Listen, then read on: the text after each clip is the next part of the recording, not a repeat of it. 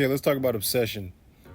My experience at the theater itself was actually pretty funny because I went in there and I was with my sister.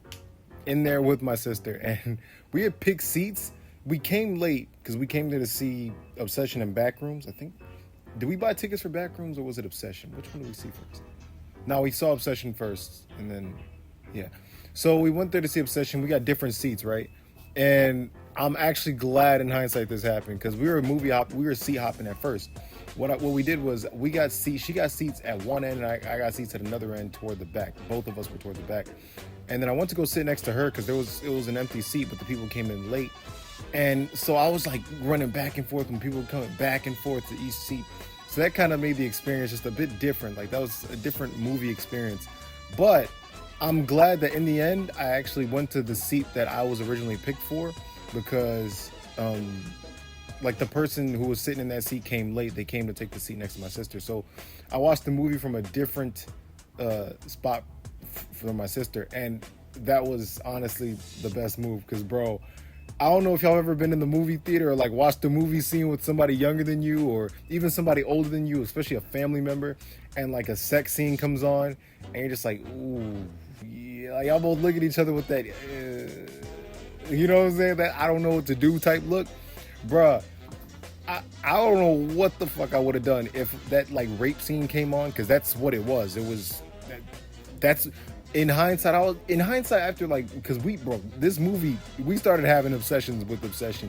We went on IMDb and stuff like that, and we were just finding out more and more about the movie, how like the real Nikki was coming out, and I started thinking like, whoa, like in hindsight, that was a wild scene. Like this movie is wild. And I wasn't even kidding when I told my sister, I'm like, this is probably my favorite horror movie now. Like, I like it more than Scream. And even the title card, like the title card for Obsession looks a lot like Scream's. But I'm thinking this might actually be my favorite horror movie. Even before we saw it, I think the second week it came out, it wasn't even a movie that I was like, I had no expectations for. I was just like, okay, like I'll just watch this.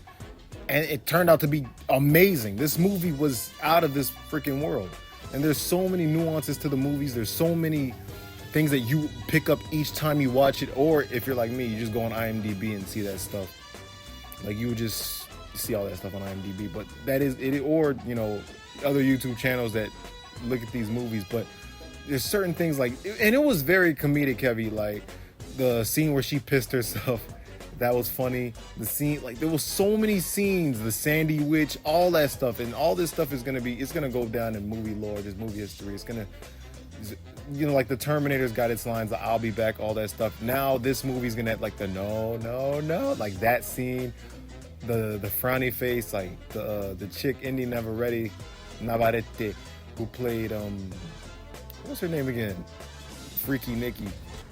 The chick who played her, man, I wonder if she has experience with being a Freaky Nikki in real life, because she did a great job. But that movie overall, Obsession, was amazing, and you got to check it out.